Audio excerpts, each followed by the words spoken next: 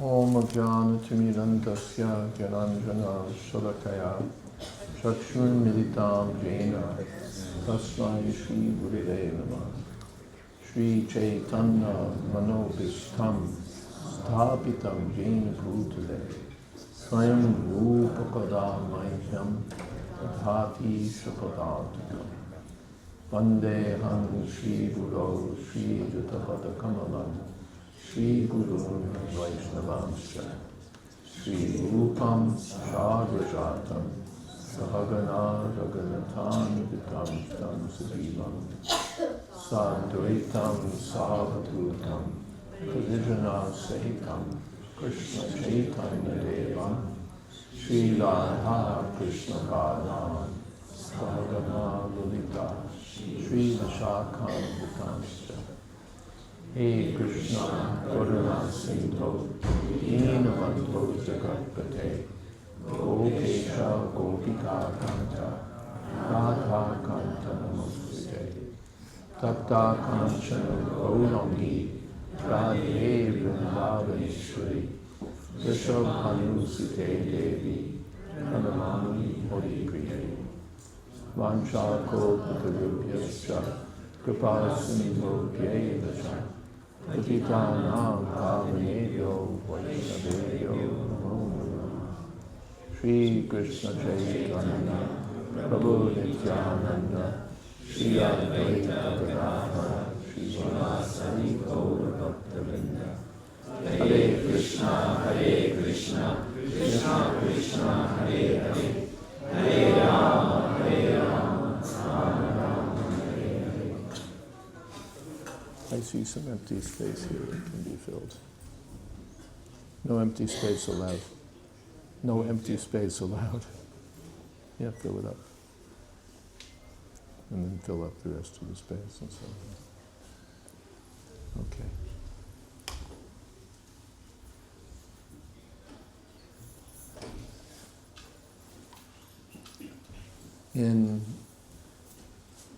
Sometime in the 1970s, how's the volume, by the way? Is it okay? And that's a little, I can't speak much louder. My voice is shot. So if you need to make the microphone louder or make some other adjustment, that might be a good time to do that.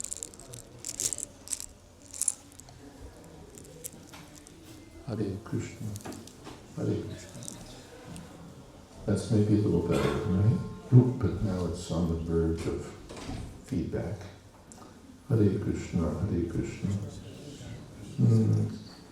Krishna, Krishna, Hare Hare. Yeah, it's about as high as it can go.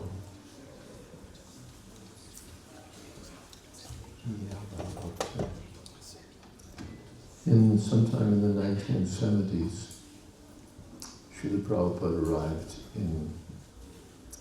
at Kennedy Airport in New York, at the TWA terminal, now defunct airline.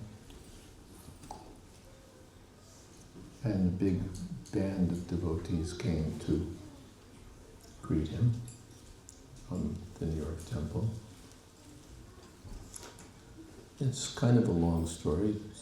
I'll tell you because it's a fun story. So many devotees came and we had kartals and mridungas. This was the pre-high security days, so we could do a lot at the airport. Kartals and mridungas and banners and rose petals and the whole thing. And Prabhupada's plane is arriving and devotees are having an ecstatic kirtan. And then among the managers, the word started going around among the temple managers that Prabhupada's name wasn't on the flight manifest. Back in those days you could find out. So Prabhupada's name wasn't there. So it seemed that we would all have to turn around and go back to the temple. And just then Prabhupada appeared. There's TWA terminal, there's quite famous architectural spot, still preserved there after they've torn down so much else. As long, what would you say, tunnel-like approaches from the gates to the central area, stucco with red carpets. And Prabhupada was walking down one of those tunnels with a young boy, Pirbhadra, and appearing to sort of float down the Jayadvaita tunnel. And I'd been given a big garland of gardenias, very fragrant gardenias, big garlands, as big as Prabhupada. I'd been given this garland to offer to Srila Prabhupada. So when Prabhupada came, I put it around him. And Prabhupada said, I read your article. And I had no idea what he was talking about. I totally blanked. Article? What article?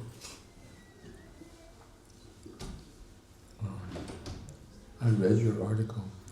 Who is that girl with Krishna? He said, it is very nice. That was an article, I say right direction. That was an article published in the Back to Godhead some months earlier. And of course it started from the point that Prabhupada said, people see a book like Krishna and they ask, who is that? Who is that, and who is that girl with Krishna? Who is Krishna? Who is that girl with Krishna? So I wrote an article, who is that girl with Krishna? Of course, the first thing is that Krishna is not an ordinary boy, and Srimati Radharani is not an ordinary girl. To our mundane vision, it appears that they're something like us. Of course, they are something like us, because we're reflections of Krishna. Something like us means iron is something like gold. Iron is something like gold. They're both metals. But iron and gold have vastly different values. If you buy your wife an iron ring,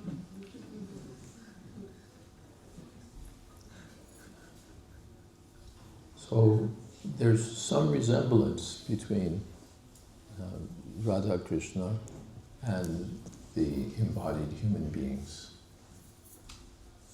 We're, after all, expansions of Krishna. But the situation is very different.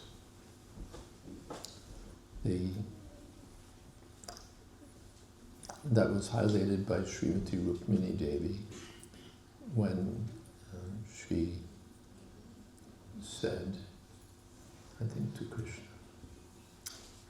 my dear Krishna, anyone who doesn't have you as her husband is married to someone who's just a bag of mucus, bile, and air, with some mustaches and hairs on his head and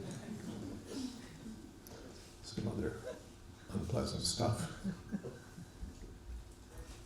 Because that's our situation. We're made of bodies. We're rather encased in bodies made of the material energy. And these, it's just an appearance of being very nice. But Prabhupada said if you just took this, you just peeled away, a little bit of skin, a little thin layer of skin, and looked at what you'd see then, it would be frightening. But that's what it is. Yantra Rudhani Maya. In the Bhagavad Gita, Krishna says that these bodies are machines made of the material energy. Brahmi and Sarvabhutani, and we're wandering around on these machines. Sometimes one machine, another machine, like changing buses. We're just on one machine, another machine, another machine. And we're thinking that this machine is myself. We're thinking that this machine is myself. This is called Maya. And we're thinking falsely that we're the enjoyers of this material world.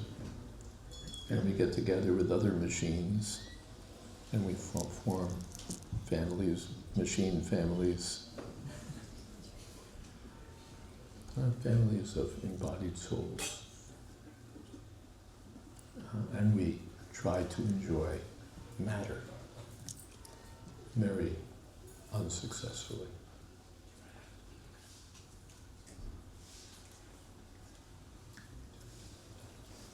By the way, if you'd like to check your cell phone and see whether it's in silent mode, that would be welcome.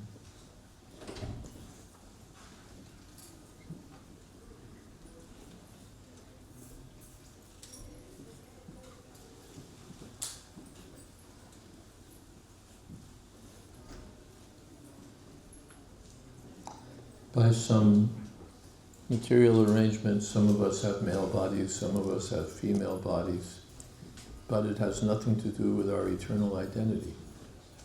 This life I may be male, next life I may be female. That Puranjana was male, he became female in his next life. There's so many back and forths. This life I may be American, next life I may be Malaysian, I may be Australian.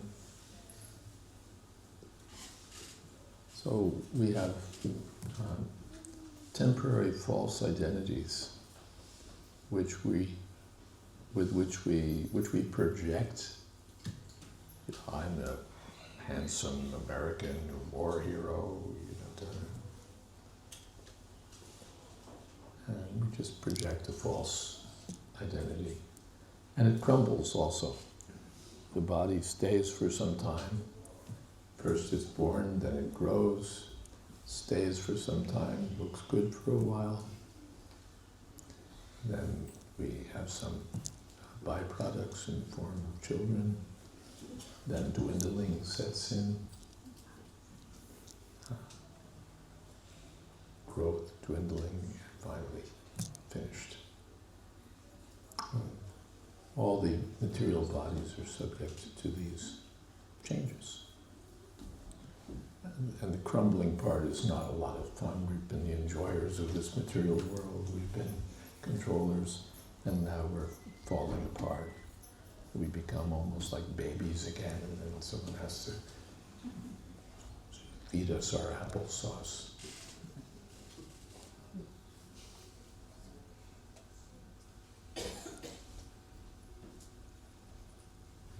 So Krishna is not like that. Ishvara Parama Krishna Sachidananda Vigraha. His body appears to be like our body in some ways, but it's Sachidananda Vigraha. It's eternal. It's full of knowledge, and it's blissful. My body is Asad Achit Nirananda. It's temporary.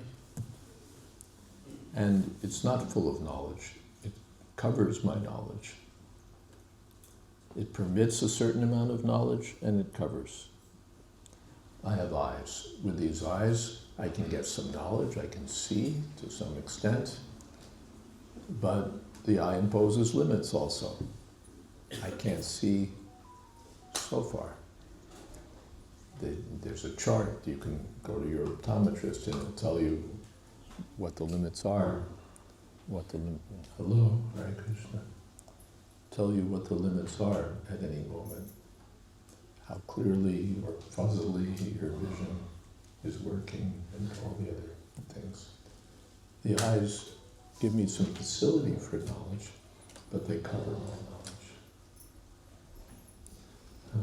All of my senses give me some facility, but they limit me. So We're all working within. The body itself is not full of knowledge.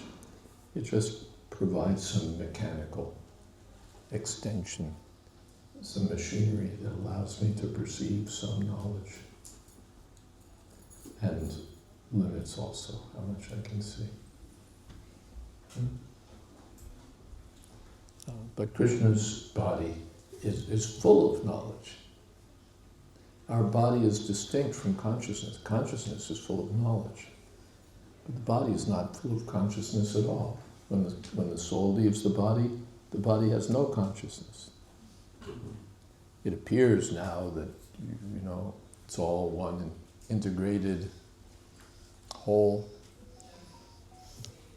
But when consciousness leaves the body, then finished. The body is just lying there with no consciousness. That means it never had consciousness. There's only a conscious spark within it. When the spark is gone, nothing.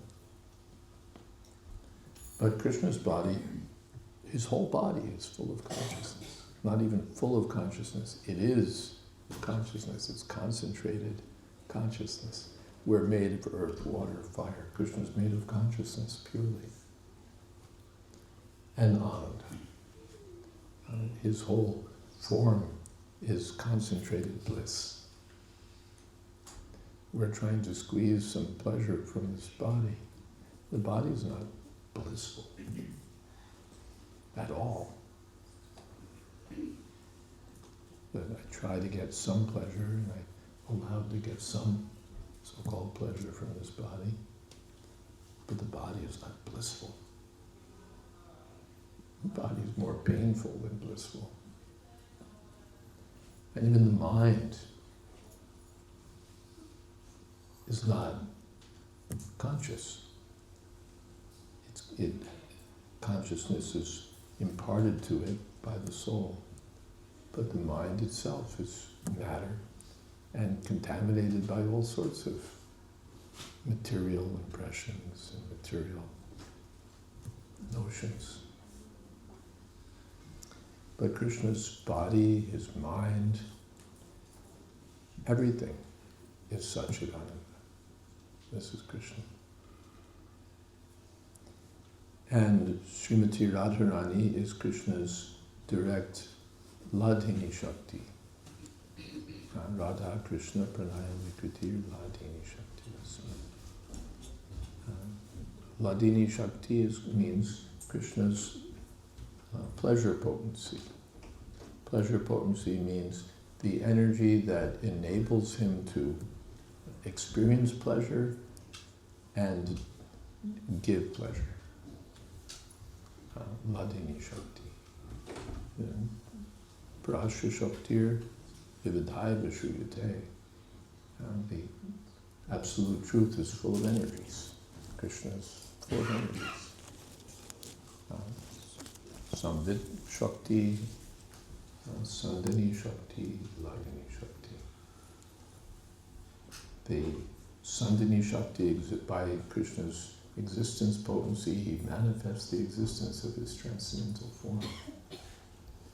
And by his Ladhini Shakti, he manifests the form of Srimati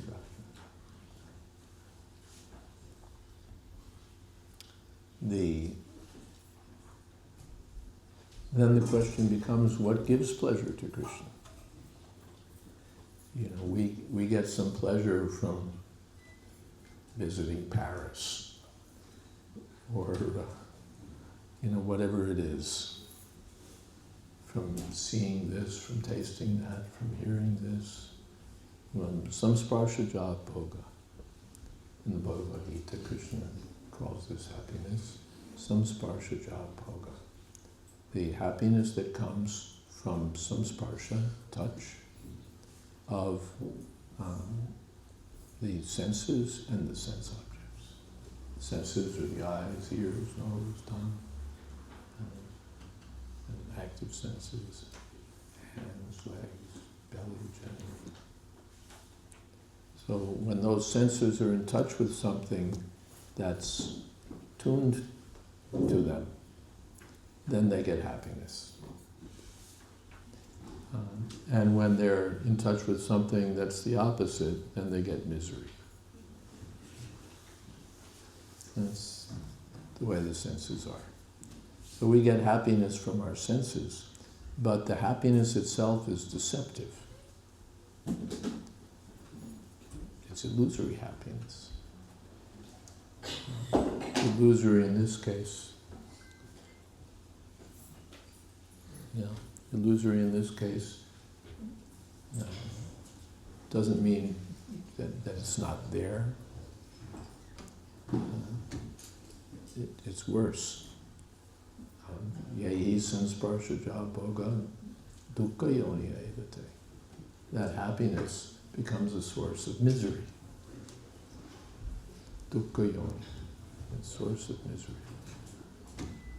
If we're only not there, or not what we thought, that would be better. But what it actually is, it looks good. Whoever's phone that is that keeps going on, it is disturbing, and if you could remedy that, it would be so nice.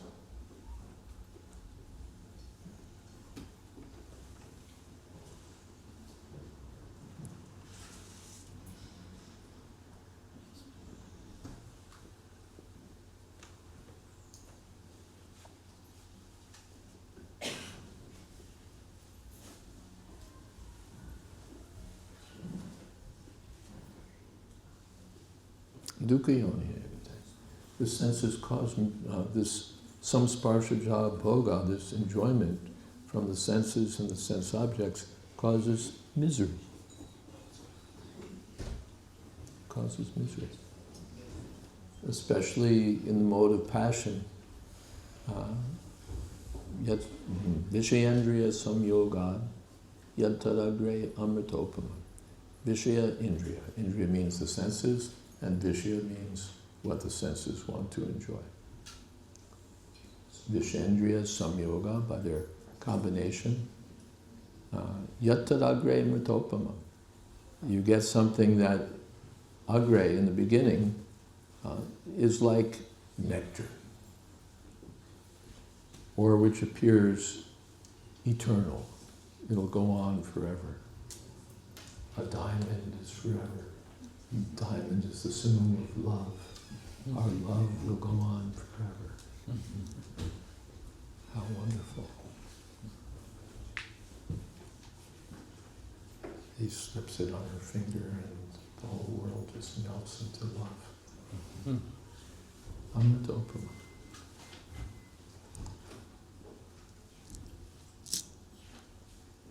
And pariname vishami. And at the end, it's like poison. It's like poison. It seemed so nice. But in the end, it's like, I hate your guts. Or you're sitting in your office one day and you get the divorce papers.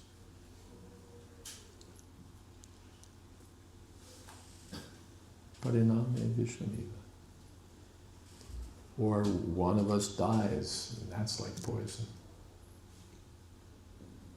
Or in so many other ways, it does become like poison. That's the nature of happiness and passion. It appears like the greatest thing in the world. But it's misery. I've given the example, Prabhupada gave the example. You know how to catch an elephant.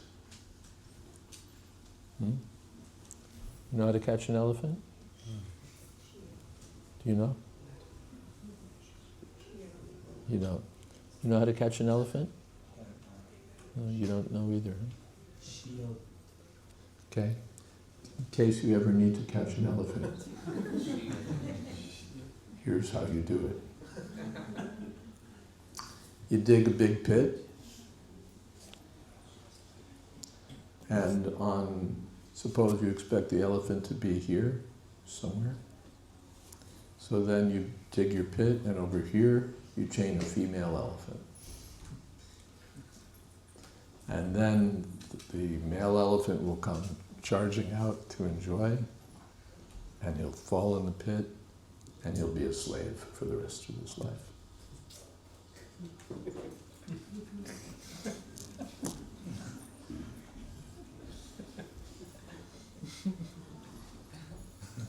And that's how it works. In lifetime after lifetime after lifetime, we're charging to enjoy. And the result is that we're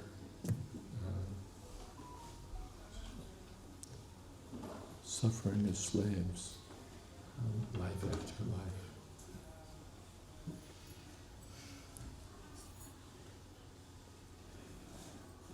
So Krishna is not interested in that kind of enjoyment. The pathetic attempt to get happiness by combining this sense with that sense, getting some momentary ecstasy, and then suffering later.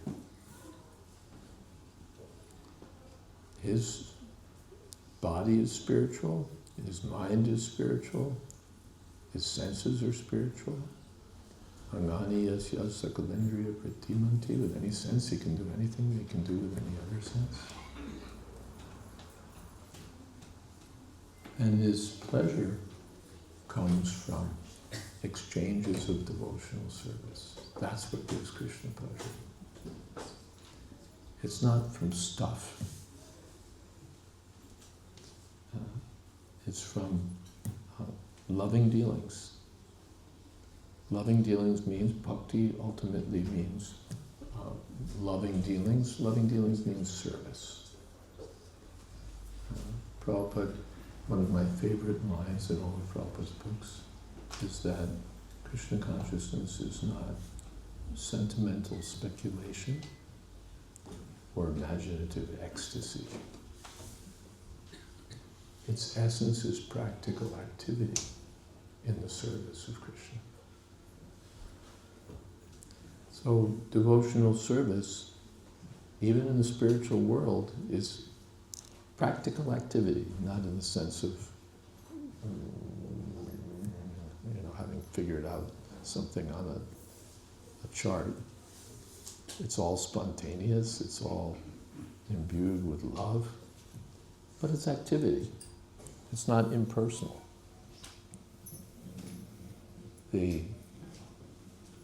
Some schools of transcendentalists think that at the end of this life, when they attain perfection, then they'll be liberated and freed from personal existence.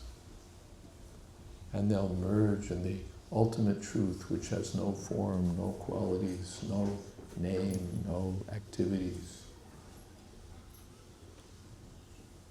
But the Krishna devotees, for them, kaivalyam narakayate, they consider that to be hellish because it's lacking the real essence of life, activity, loving dealings in exchange with Krishna. In the impersonal existence, there's no love. Well, that's good from one point of view because then there's no suffering.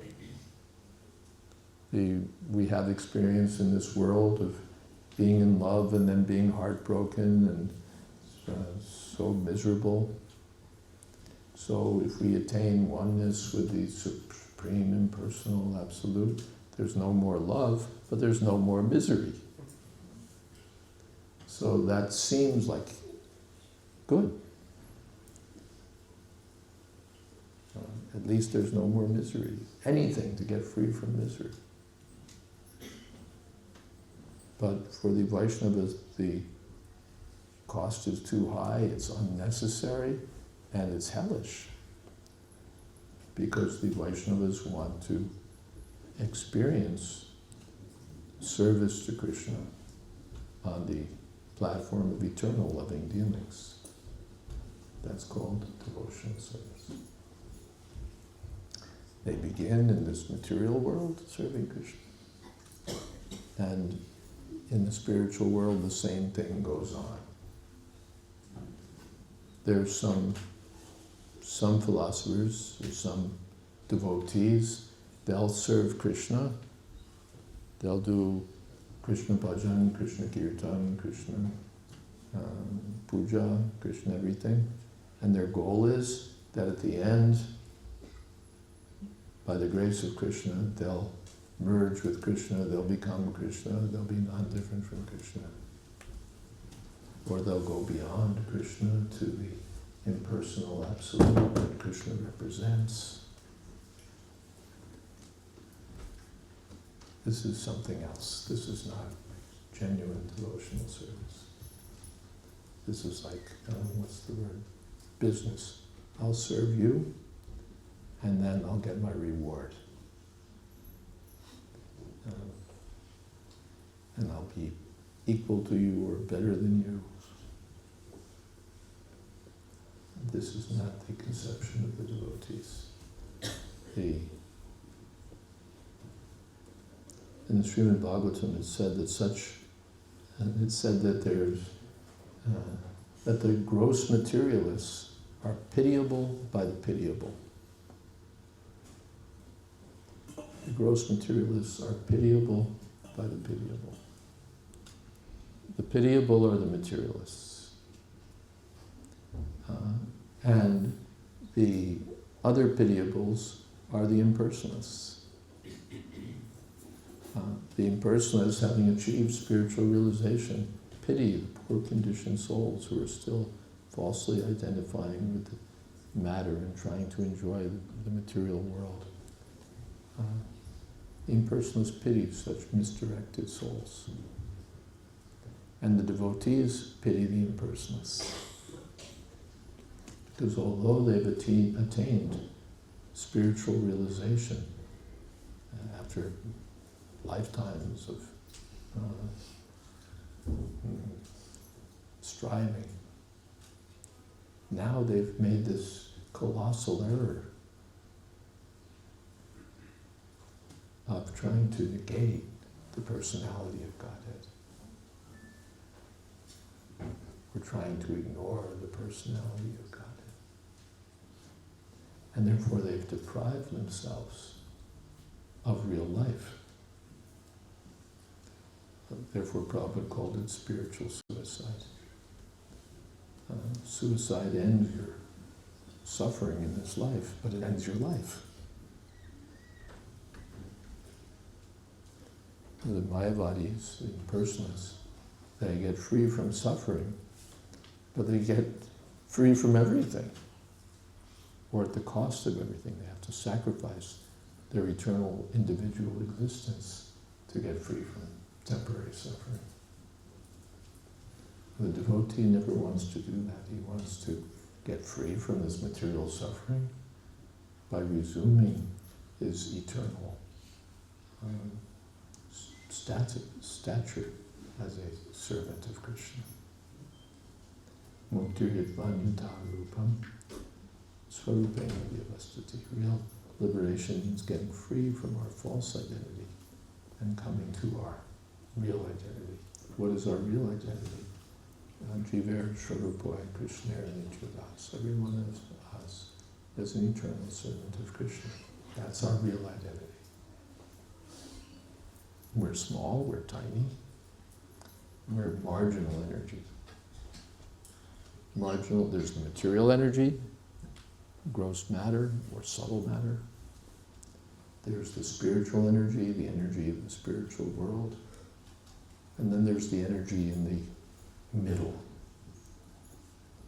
And where that middle energy is called Tatastha Shakti. Tatastha means situated on the shore. When there's sand on the beach, it's in the marginal position. It can be land, or it can be underwater. When the tide rises, it's underwater. When the tide subsides, now it's land again. So it's marginal. It can go either way. It can go either way. So as tiny living beings, we can go either way. We can look toward Maya, or we can look toward Krishna. The material world is for those who look toward Maya. And the spiritual world is for those who are looking toward Krishna. Well, in the spiritual world, Krishna is never alone. He's surrounded by devotees, and the whole atmosphere of Vrindavan. Krishna has his abode, Goloka Vrindavan. He has his devotees. He has loving dealings with his devotees. And the greatest of all devotees is Srimati Radharani. She's the Bhakti Devi. She's the personality of devotional service. And when we say pleasure, potency, and we say devotional service, they're the same thing. I really wonder whose phone that is. Is it coming from the street? Is it a... Sometimes people can put their phone down, but the notifications they haven't put down, that's what happens sometimes. So then... Must be a very popular person. They get notified every 2 minutes.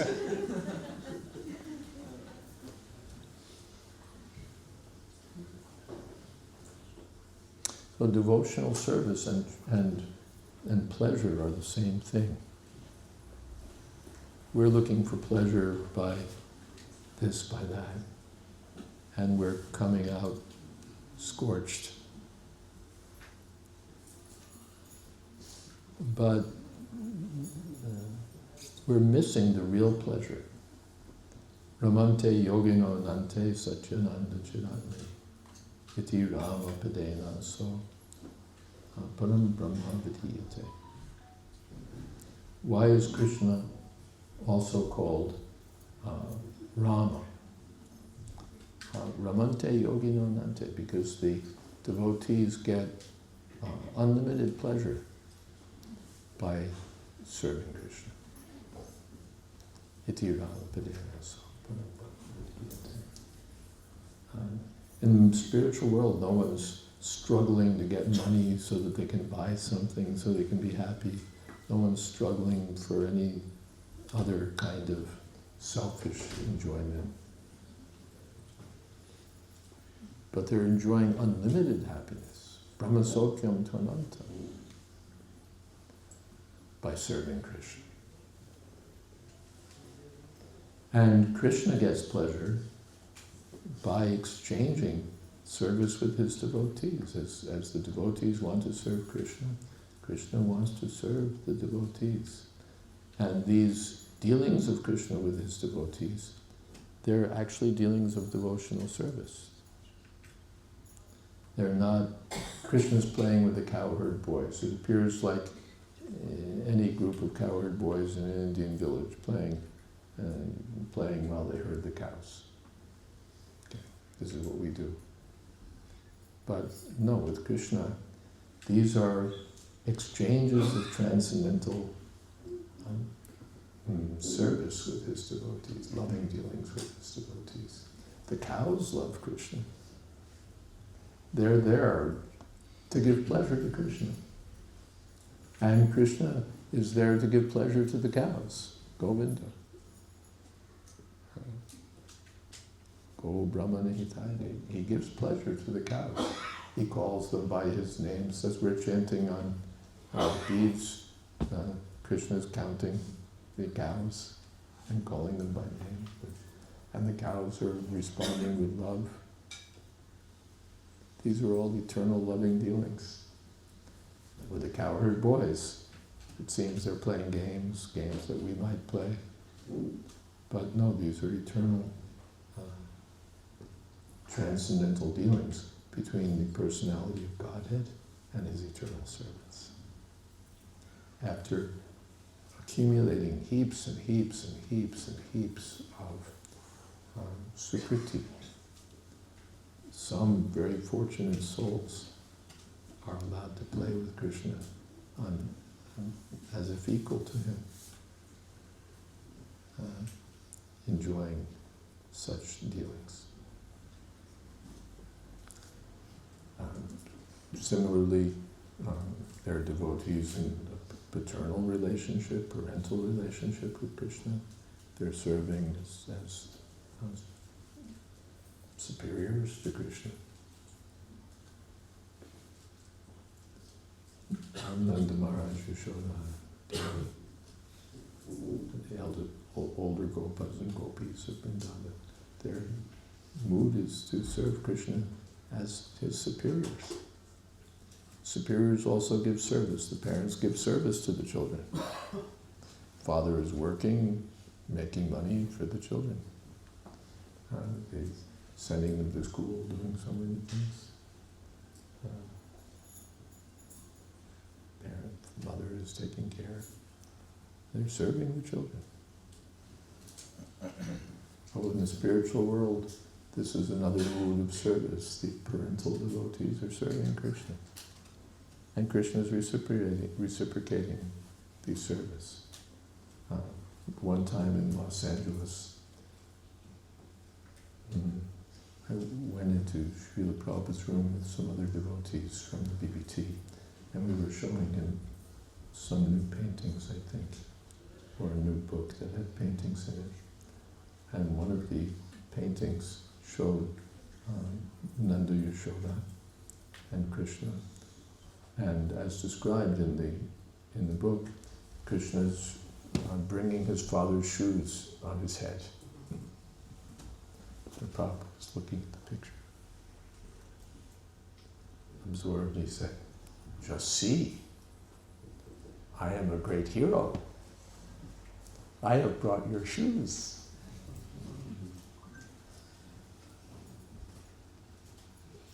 So Krishna is taking pleasure in carrying the shoes of his devotee on his head. And the devotees are taking pleasure in serving Krishna. Parents, senior friends, and so on. Then in conjugal love, Krishna has his queens in Dwarka. 16,108 queens. Prabhupada said just to set a record.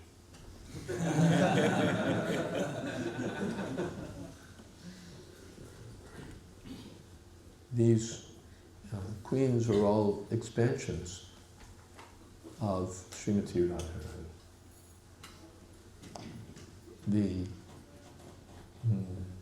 When Krishna expands as Dwarkadish, then Radharani expands as Rukmini Devi. When Krishna expands as Lord Ramchandra, then Srimati Radharani expands as Sita Devi. When Krishna expands as Lord Narayan, then Krishna expands as Lakshmi Devi. Therefore, one name of Srimati Radharani is Sarva Lakshmi. Sarva Lakshmi means all of the Lakshmis are expanded from her. They're all like reflections, you can say, projections, counterforms of extended forms of Srimati Radharani. Because Srimati Radharani is not only going to give pleasure to Krishna and Vrindavan, it's going to give Krishna pleasure in every role he takes. When he becomes a king, she becomes the queen. When he becomes the Lord of Vaikuntha, she becomes the consort of the Lord of Vaikuntha.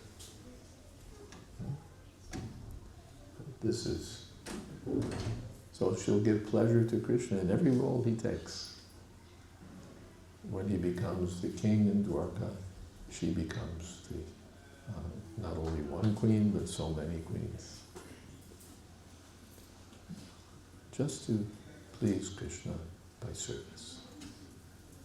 Actually, there was a meeting at Kurukshetra.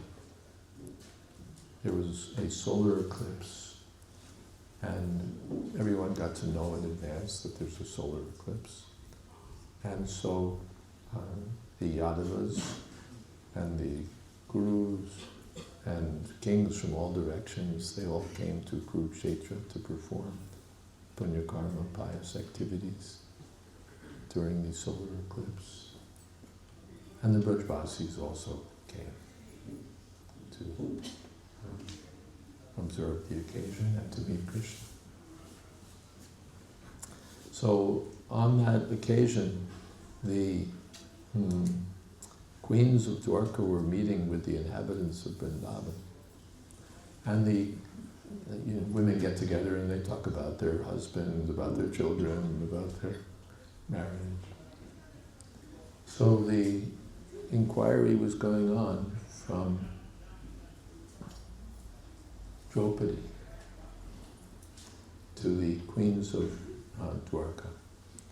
And how did you, just like we asked someone, how did you come to the movement, right? How did you become a devotee?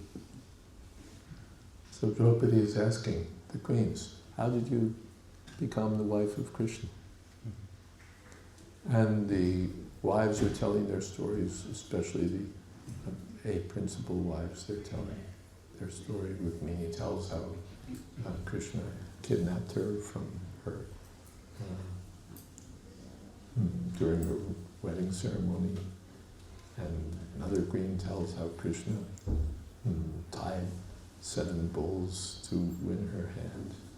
Another, how Krishna shot a fish target, a fish fastened to the ceiling, as in the winning of Draupadi, but it was harder. I asked Prabhupada, because there in the Krishna book it was hard to understand. Prabhupada said that this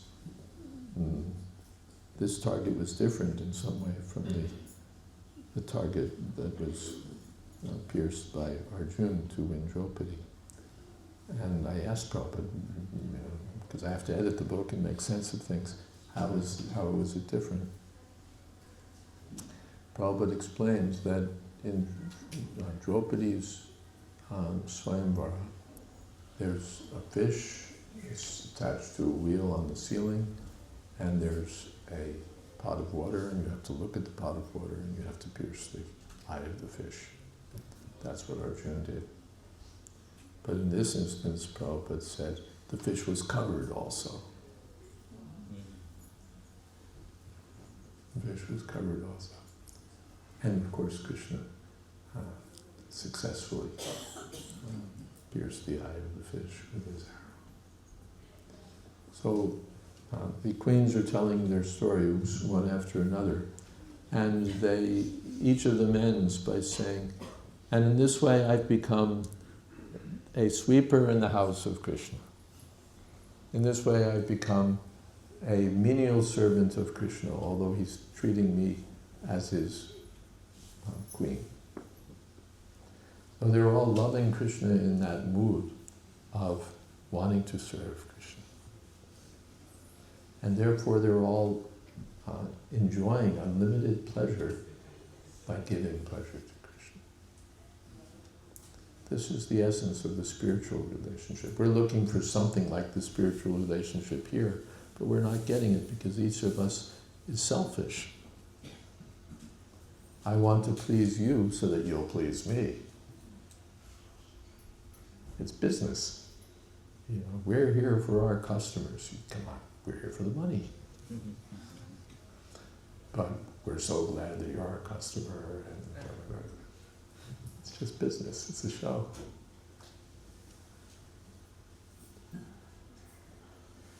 But in the spiritual world, the real thing is there.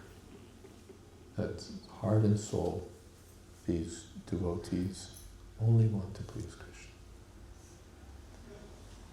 And Krishna only wants to please the devotees. So Srimati Radharani expands as these queens to give pleasure to Krishna in Dwarka, expands as so many Lakshmis. And in Vrindavan, she expands as so many gopis. You've seen the picture of the rasa dance. Krishna's dancing with so many gopis. The gopis are expanded from Srimati Radharani. Because just 2 people dancing is not as much fun. Nice. 2 people will dance and they'll enjoy. But to dance in such a wonderful assembly, for Krishna this is so much more pleasure.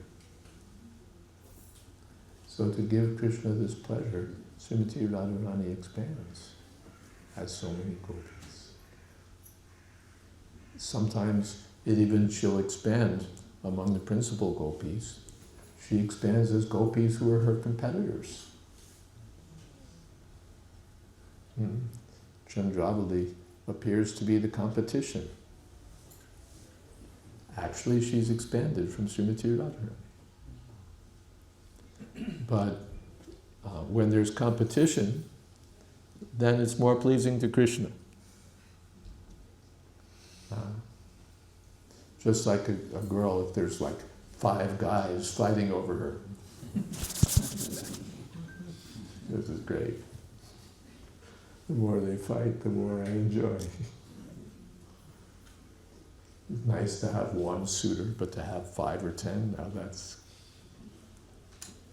good.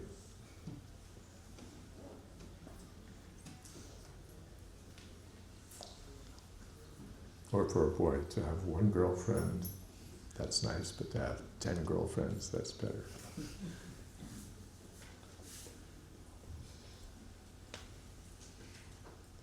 Or the Muslim kings, Vedic kings in previous times, lots of wives, why only one? Why not 2? Why not 20? Why not? Of course, why not 16,000 women? Because you're not Krishna. But Srimati Radharani expands in all these forms, even competitive forms, because that gives extra taste. When there's 2 fighting over Krishna, or competing for Krishna's favor,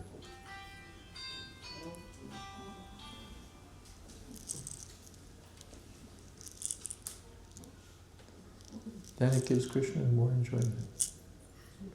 So Srimati Radharani expands even in competitive forms. She expands in forms that deal in different ways. In Dwarka, Srimati Rukmini Devi is so submissive to Krishna. She's so, pliant. So much so that Krishna was feeling a little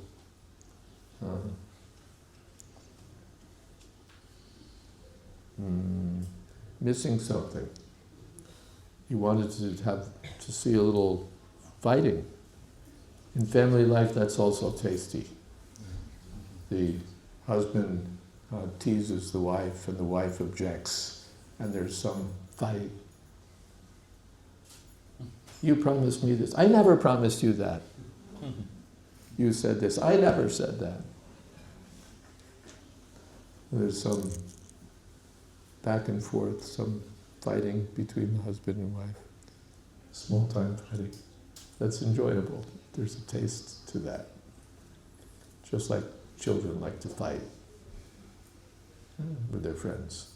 That's enjoyable. So when there's some fighting between husband and wife, it's a little taste. So Krishna wanted to taste that enjoyment with Srimati Rukmini Devi, but she wouldn't object to anything. Anything that Krishna did was fine. Whatever Krishna wanted, whatever Krishna said, whatever Krishna did, she'd never complain. So just to create to enjoy that taste, Krishna began saying to Srimati Rukmini Devi that, you're so beautiful, you're so qualified, you're the daughter of a great king. And so many great princes wanted your hand. And somehow you made the mistake of marrying an unqualified person like me. I have no good qualities. I'm so afraid of the other kings that I've made my kingdom in the middle of the ocean. I really have no interest in family life. My devotees are not interested in family life. I'm not really interested either. In so many ways, he deprecated himself. But he told her that, all right, you made a mistake, you chose the wrong husband, but better late than never, you could still choose some other husband. And move forward. So he's proposing divorce. At this time they had sons also, like Pradyumna and others. And Krishna is telling her that you're so qualified that you could find somebody else.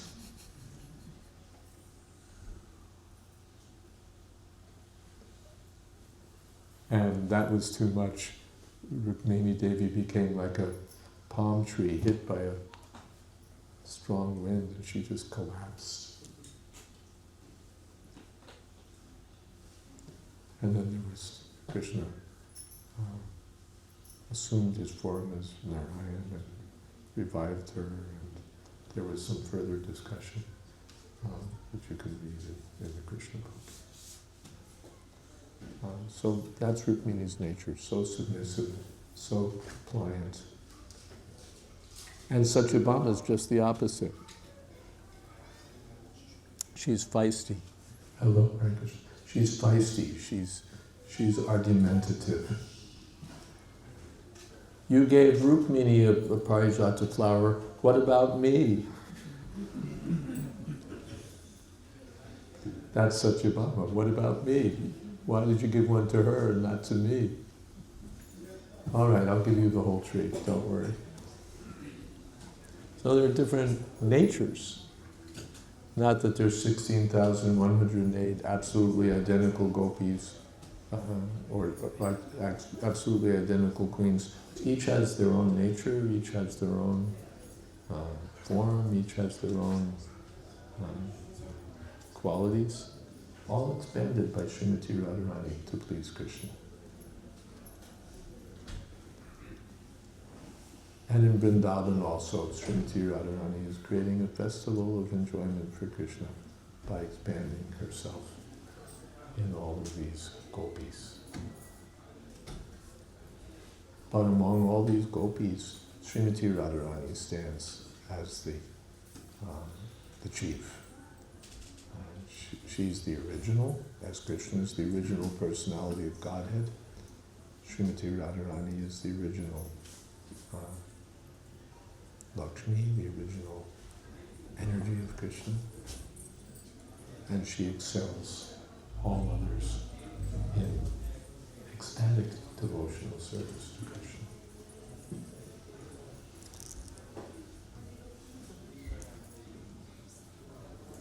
The dealings of Krishna and Srimati Radharani and the gopis are all highly elevated spiritual subject matters, not to be imitated and not to be easily understood. They can only be understood by the pure devotees. Others will misunderstand. Even those who misunderstand will benefit by hearing about Radha and Krishna. They'll be attracted. They'll think it's something like the boys and girls of this material world, so they'll be interested. But if they're fortunate enough to advance in spiritual association, they'll see that no, it's nothing like this. This is on a much higher, absolutely higher platform, a different platform, opposite platform. The material world is the iron world, and this is the gold world.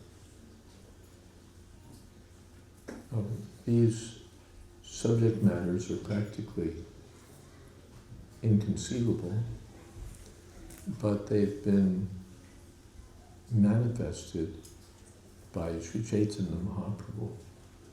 Sri Chaitanya Mahaprabhu is Krishna taking the role of Srimati Radharani.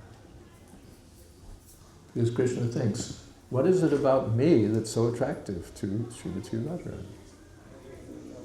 And what kind of taste is she getting by serving me? I can't understand it because I'm Krishna. From the position of Krishna, I can't understand what it is about Krishna that's so attractive. From the position of Krishna, I can't understand the taste that she gets from serving Krishna, because I'm the person that she's serving. But to taste that position, Krishna takes her position. He remains Krishna, but he takes the mood, the role of Srimati Radharani, and the color of Srimati Radharani. Tapta Kanchana Gaurangi. Radhe and Radha. Srimati Radharani's complexion is described as being like the color of molten gold. So, Krishna takes the Gaura Rupa, the form of Gauranga Mahaprabhu, golden form. And in that, Krishna Varnam Tusha Krishna, he's still Krishna, but now his complexion is not black Krishna. It's golden complexion. So this form of Krishna, in the mood of Srimati Radharani, is Sri Chaitanya Mahaprabhu. What is his business? Yajna Sankirtana. Sankirtan Yajna. Chanting Hare Krishna, Krishna Krishna, Hare Hare, Hare Rama, Rama Rama, Hare Hare. And serving Krishna. He's tasting, that he's cleaning the Gundicha temple with his devotees. Like a sweeper. Like a cleaning man. He takes the position, takes the role of cleaning the Gundicha temple with his own cloth. He's cleaning the temple for the pleasure of Lord Jagannath.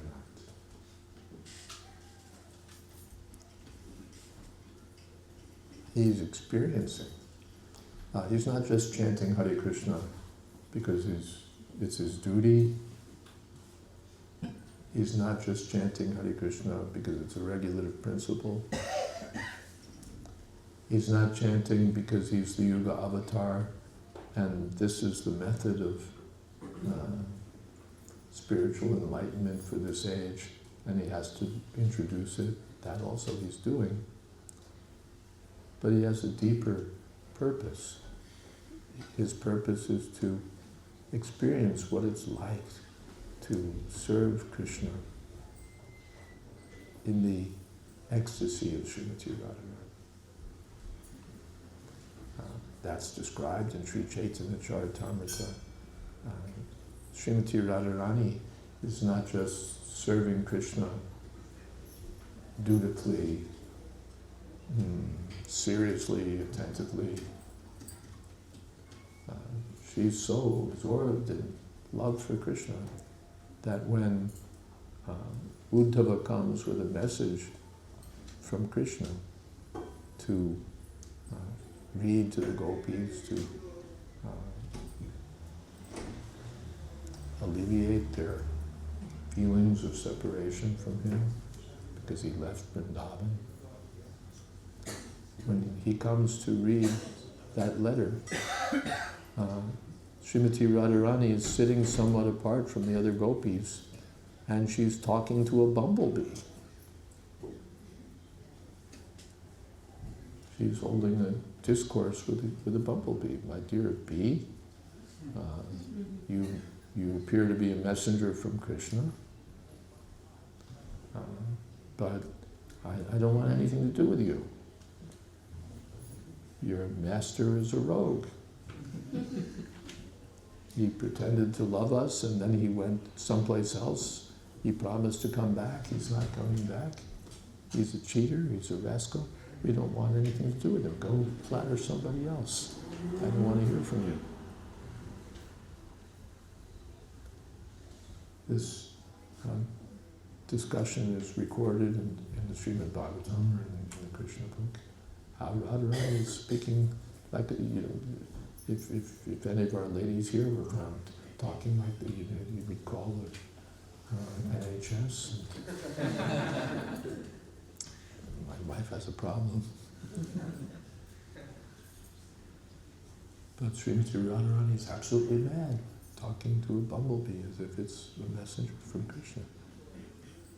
You're trying to touch my lotus feet. Go away. And when the bee flies away, then she thinks, oh no, now the bee is going to Krishna and telling him everything I said. So the bee comes back, and now Radharani said, oh bee, I welcome you. You're so fortunate, and you're coming from Krishna. So what can I do to serve you? Totally mad. So this madness is another feature of love. It's another feature of love. When even in the material world, the dealings between lovers hardly reaches anything like that. But in the spiritual world, we find this love becomes so intense that it shows signs like madness. Srila Rupa Goswami elaborates all these things. Sometimes there's happiness, sometimes there's apparent misery, sometimes there's dancing, sometimes there's singing, sometimes there's crying, sometimes there's feeling of being stunned, so sometimes there's madness. So all of these features were present in the ecstasy of Sri Chaitanya Mahaprabhu. When he was staying in Puri in the last stage of his life, he was absorbed in this experience of loving Krishna in Srimati Radharani. So, if we want to understand Radha and Krishna, then we should go through Sri Chaitanya Mahaprabhu. Aha Krishna, aha Prabhu Nanda Sutta,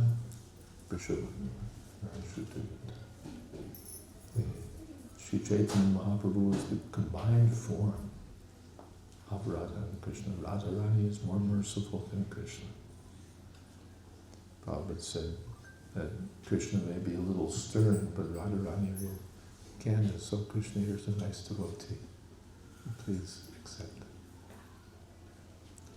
That's also, Prabhupada said, why, unlike Jayadvaita, on Radhashtami, we only fast half a day. Radharani's not so cruel.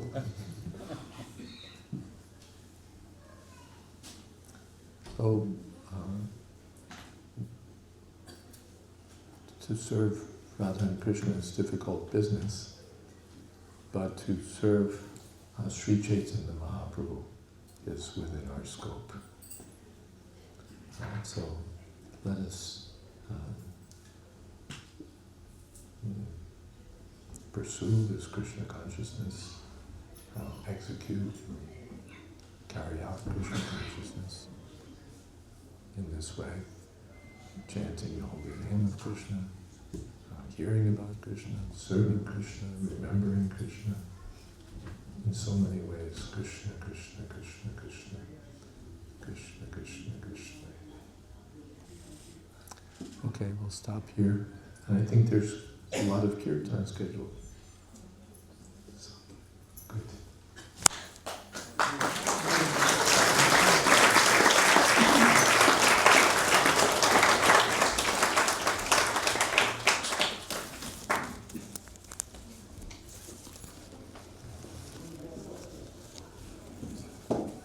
And by the way, for those who love kirtan, book is there, Srila Prabhupada's Kirtan Standards, which tells something about Kirtan, and I think it's available. It is available. It's the blue book. There's a red book, which is for, especially for distribution, for outsiders, Vanity Karma, and the blue book, which is for every devotee, Srila Prabhupada's Kirtan Standards. That's our book. Hare Krishna.